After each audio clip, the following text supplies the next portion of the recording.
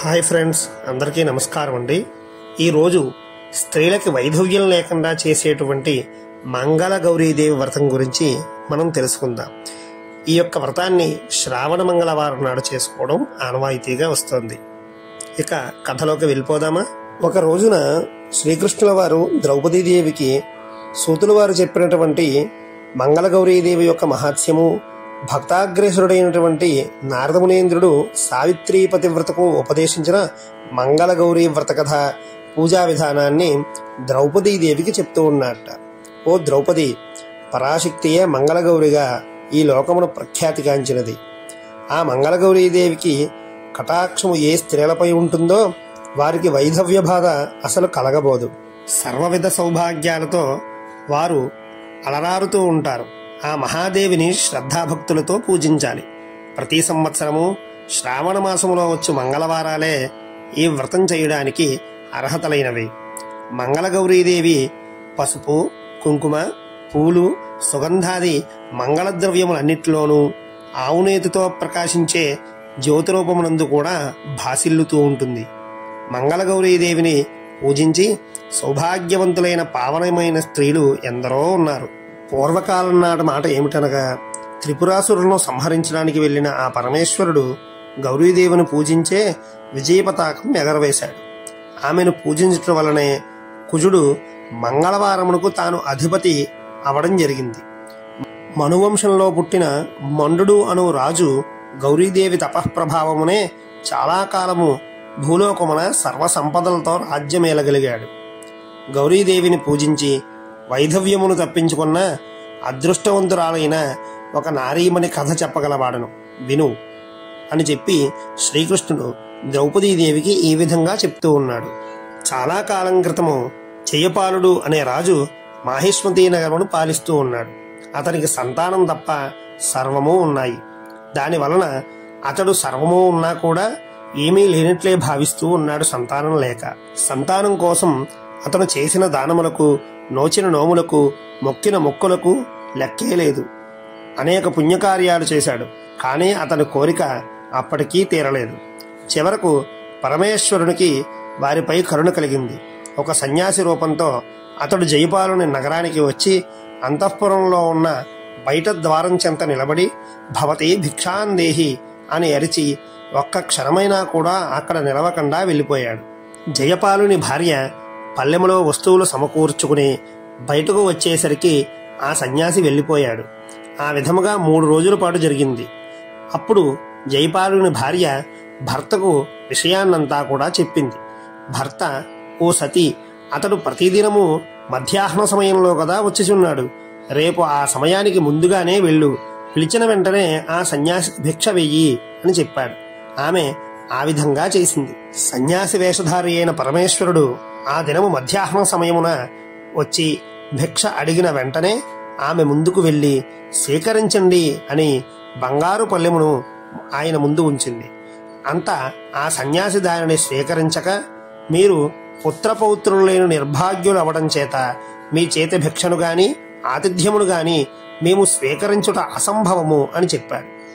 అయినా మహాత్మ, సంతానం కలుగు మార్గం ఏదైనా ఉంటే మాకు చెప్పి పుణ్యం కట్టుకోండి అని ఆ యొక్క సన్యాసిని అడిగింది జయపాలుని భార్య.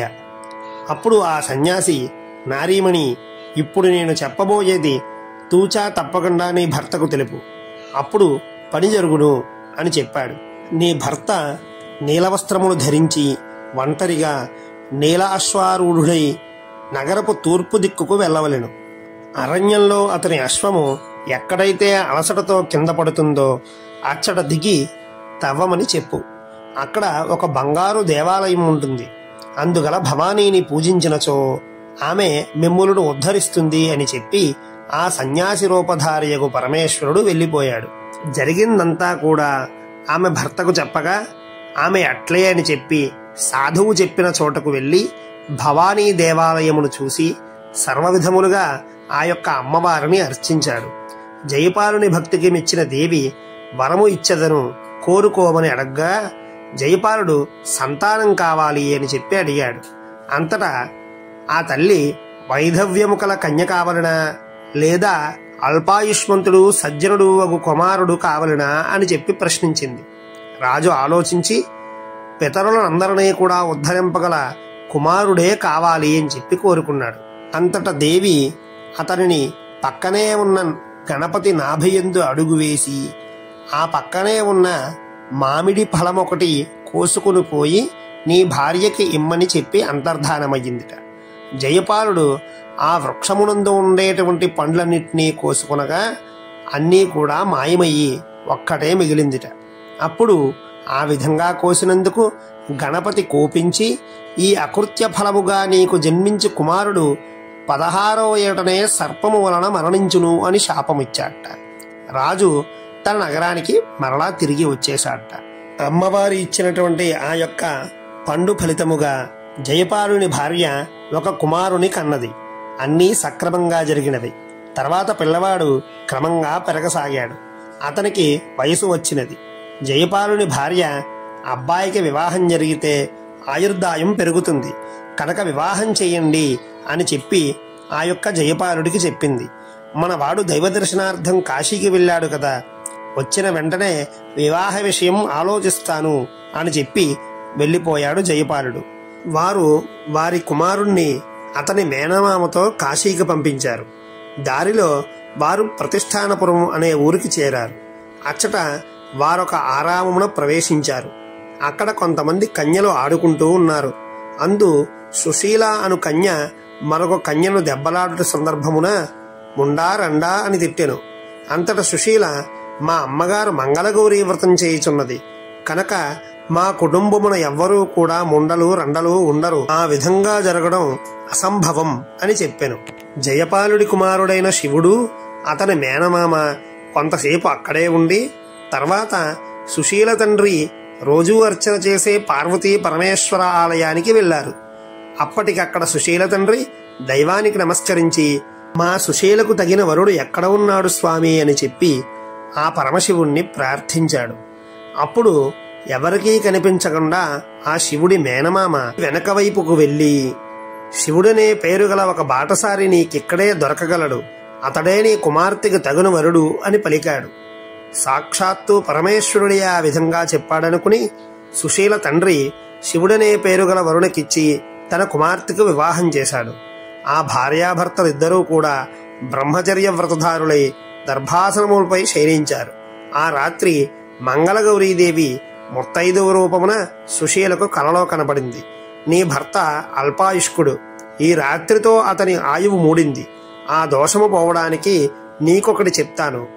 తక్షణమే పోయి వెనక ఒక కృష్ణ సర్పము అతనిని కరవడానికి వచ్చింది. నీవు ఒక పాలుగల కుండను తెచ్చి ఆ సర్పానికి ఎదురుగా పెట్టు.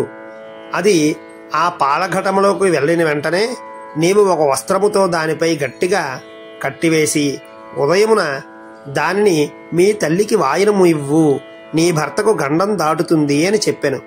సుశీల కళ్ళు తెరిచిన వెంటనే గౌరీదేవి చెప్పినట్లుగానే జరిగింది. సుశీల గౌరీదేవి చెప్పినట్లుగానే పాలకుండను తీసుకొచ్చి దానిలో పాము ప్రవేశించగానే వస్త్రంతో కట్టివేసింది. తర్వాత భర్త లేచి ఆకలి అవుతోంది ఏమైనా పెట్టమనగా ఒక పల్లెమున భక్ష్యములన్నీ కూడా తెచ్చిపెట్టింది. భక్ష్యములన్నిటినీ భుజించి అతడు తన ఉంగరాన్ని ఒకదాన్ని అక్కడే పడవేసిన తరువాత వారు సుఖంగా నిద్రించారు. తెల్లవారక ముందే శివుడు సుశీలకు చెప్పకుండగానే తన మేనమామతో వెడిలిపోయెను. సుశీల అతని ఉంగరాన్ని భద్రపరుచుకుని సిగ్గుపడింది. తర్వాత సాక్షాత్తు పరమేశ్వరుడే ఆ శివుడి వేషంలో అక్కడికి వచ్చాడు. అందరూ అసలు వరుడు అతనే అని అనుకున్నారు. ఉదయాన సుశీల గౌరీదేవి చెప్పిన విధముగా ఆ యొక్క పాలకుండను తన తల్లికి వాయనమిచ్చింది. ఆ యొక్క పాలకుండ తెరిచి చూడగా ఒక ముత్యాలహారం ఉంది. ఆ తల్లి ముత్యాలహారమును సుశీలకిచ్చి ఆ రాత్రి భర్తతో నిద్రపోవుటకు పంపగా గదిలో ఉన్న మాయావురుని పసిగట్టిన సుశీల అతడు తన అసలు భర్త కాడని నిరాకరించింది. ఇంతలో మాయావరుడు అంతర్ధానమైపోయాడు. అందరూ సుశీల మాటలు నమ్మారు. ఉంగరము వీడిన అసలు వరుడు మరలా కాశీ నుండి తిరిగి వస్తాడని, అతనిని గుర్తించడానికి వీలుగా బాటసారులకు తానే స్వయముగా అతిథి మర్యాదలు చెయ్యడానికై ఒక మండపాన్ని కట్టించాలని సుశీల తన తండ్రిని కోరింది. తండ్రి ఆ విధంగా చేశాడు. ఆ ఉంగరం ధరించి సుశీల అతిథులకు ప్రతిదినము పాదప్రక్షాళన చేస్తూ ఉన్నది. అక్కడి నుండి ఎప్పుడో వెళ్లిపోయిన శివుడు అతని మేనమామ కాశీకి వెళ్లి విశ్వనాథుని దర్శనం చేసుకుని తిరిగి తమ స్వగ్రామమునకు బయలుదేరారు. మార్గమధ్యములో ఒక చోట విశ్రాంతి తీసుకోగా శివుడికి కల వచ్చినది. అందులో తాను చనిపోతున్నట్లుగాను, అప్పుడు మంగళగౌరీదేవి యమదూతలు తన విషయమై యుద్ధం చేసుకుంటున్నట్లుగాను తోచినది. ఆ తరువాత వారు బయలుదేరి ప్రతిష్టానపురంలో ఉన్న అన్నసత్రానికి వచ్చారు. అక్కడ సుశీల శివునికి పాదప్రక్షాళన చేస్తూ అతనిని గుర్తించి అతడే తన భర్త అని తన తల్లిదండ్రులకు చెప్పింది. ఆనవాల ఉంగరం గురించి కూడా చెప్పింది. శివుడు అదంతా నిజమని చెప్పాడు. అనంతరము వారికి అంగరంగ వైభవంగా వివాహం జరిగింది. శివుడు సుశీలతో తన తల్లిదండ్రుల వద్దకు చేరాడు. శివుని తండ్రి సుశీలతో తన కుమారుని ఆయుష్ ఏ విధంగా వృద్ధి అయింది అని అడిగాడు.